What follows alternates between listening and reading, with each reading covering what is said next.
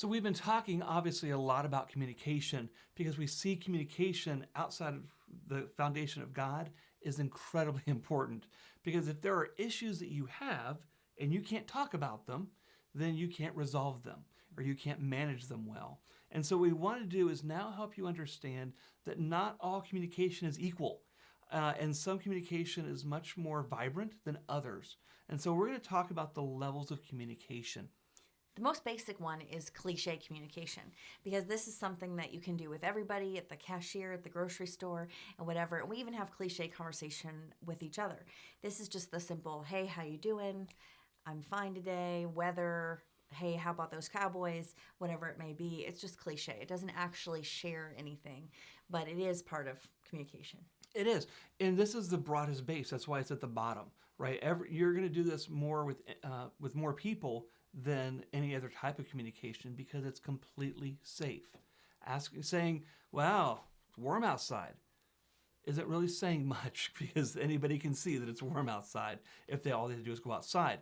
And oftentimes, even in an office situation, you may say, hey, how you doing? And the person says, fine, and they never stop walking. Right? Because you're not trying to have a conversation, and that's cliche. But now there's another level above it, and that's facts about others, and just facts in general. And kids run into this all the time. When parents says, hey, how was your day? Now the parent wants to know, what were they feeling? What was going on? And the kid's like, fine. Well, what happened?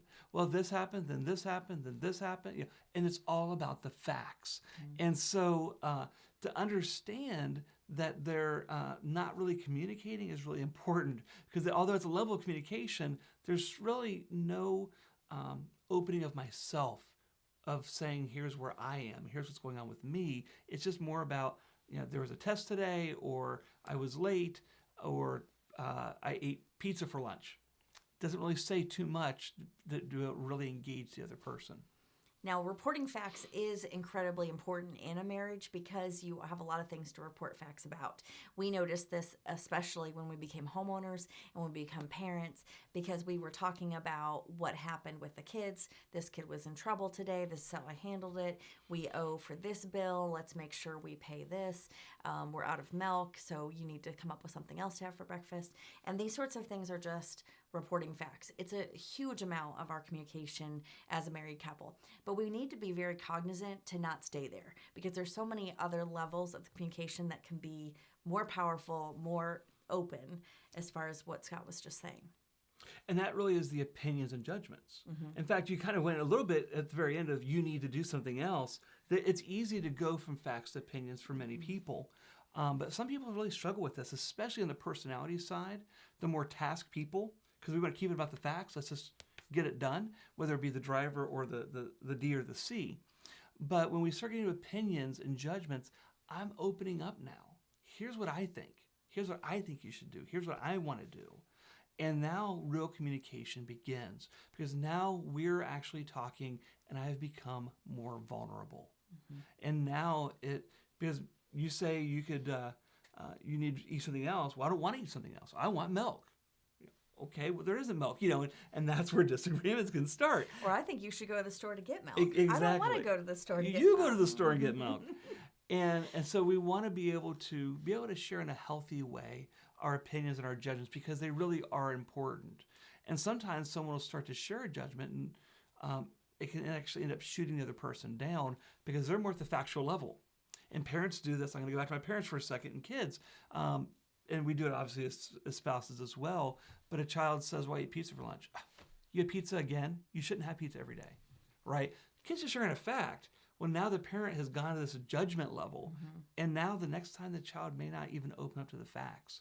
Now they go back down to the cliche. Mm-hmm. It was fine. What'd you do? Oh, nothing. Right? And now they're back down there. So we want to be careful to try to take that person where they are because you have to have a level of safety as you work up these levels because you really want to get to that next level, don't you? Absolutely. The next level is the emotions. And we want to share emotions and feelings because like we talked about with the assertive formula, this is where you can really share who you are. You don't want to be passive and withhold this part of who you are from your spouse. And so sharing emotions allows you to communicate what's really going on in your heart. I feel under pressure, at work. And if I don't get this deadline, I'm just worried what my boss might think. And this sort of emotion is really powerful. And we want to share that with each other so we can meet each other and know what's going on in each other's lives. Otherwise, we just hear the ideas and judgments. And we don't really get to that other layer of who you are. There's a misconception about emotions, right? That Yeah. I need to be in the moment of the emotion, and that's what's saying. It's not really saying that at all. I can talk about an emotion that I'm feeling, but not be experiencing that emotion at that time. That's what we call non-emotive. And so we can talk about emotions in a non-emotive way. I can say, I'm exasperated by this without my nonverbals demonstrating I'm exasperated because I'm not actually in that moment at this point, but we can now talk about it. But again, and we've done this, unfortunately, and I think I'm probably more guilty than Abigail is, she's sharing at an emotional level, and I judge it. And I go, well, why are you feeling that way? That's silly. No, I don't want to do that to her because she's opening up, and there's a level of a vulnerability that's more than what I'm sharing right now. Instead, I want to hear her. I want to respect her. I want to understand. I want to love her as my Christian sister to say, oh my goodness, well, tell me more. That's a great statement. Tell me more. Tell me more about that.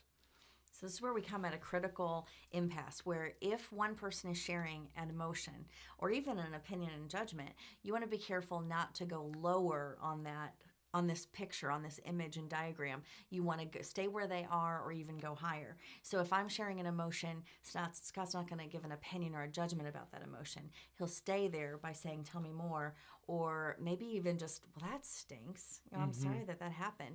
You're staying there instead of offering a suggestion, which would be an opinion. Well, why don't you go back tomorrow and do this? Yeah, and that's not just receiving them and keeping that You mean emotion. I shouldn't try to fix every situation you tell me about? No, not so much. No? Okay, yeah, I've been I'll work on that. meaning to talk to you about that. Let's schedule a time. Yeah, I would like to schedule some time to talk about that. And guys are, and we don't have to talk a lot about gender stereotypes, but this tends to be a gender stereotype that guys like to solve. Sure. They want to, and we even see this in like small groups. In fact, you may have seen this in your small group where people will share a prayer request that they're feeling very emotional about, and instead of just writing it down saying, I want to pray for you, we try to solve it. Well, have you thought about this? Have you thought about this? And it can be so frustrating to people. So true. I'm feeling scared because I have a scan that's going to happen tomorrow. Well, you should do this instead then. Yeah, well, have you called my favorite doctor and did you go to that supplement store?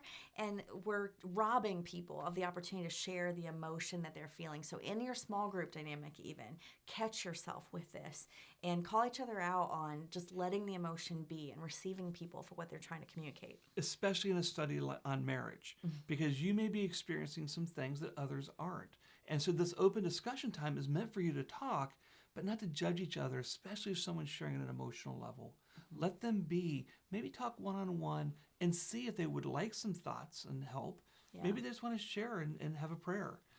Because what you want to then do is have this highest level of vulnerability, and we call it peak communication. Now, peak is not done every day, but peak is sharing what my biggest dream is or my greatest sin is. And here's, in any level in between, because you need to have people in your life that can walk beside you in the good and the bad. And if you're not opening up to your spouse because you don't feel safe, then it's driving a wedge between you. And you don't know what your spouse really wants out of life.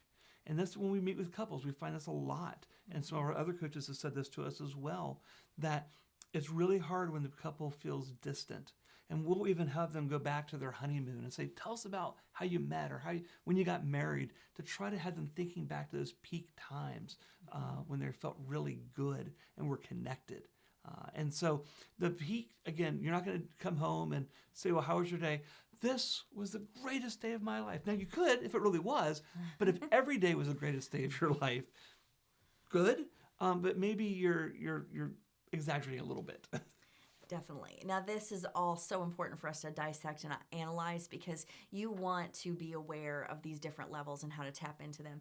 And this all came from John Powell's book, Why Am I Afraid to Tell You Who I Am? And so I think what we're touching on here about the safety, security, the trust factor is really important to being able to share at these levels. So if you have drifted to a place where you aren't as open and you aren't able to share things, beyond reporting facts, this is a good point of discussion for you this week. And to pray about how you can continue to build that trust, rebuild that ability to share opinions and judgments and then emotions, and then even get back to your dreams and your struggles. So we're going to give you in the next video a great template to have regular conversations at that emotional level in a non-emotive way.